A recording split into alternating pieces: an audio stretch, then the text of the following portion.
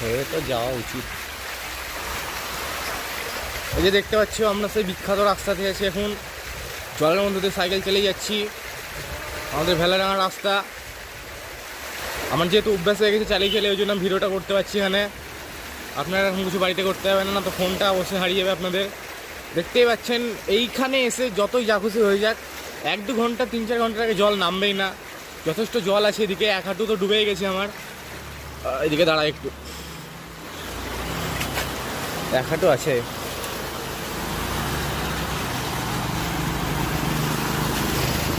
অর্ধেক পা তো ডুবেই গেছে, যে দেখতে পাচ্ছ অর্ধেক পা আমার ডুবে গেছে। এদিকে কিছু দেখা যাচ্ছে না। এদিকে এই গলি দিয়ে আমরা ঢুকে যাবো, তার আগে আপনাকে একটু ভিউটা দেখাই চারিদিকের।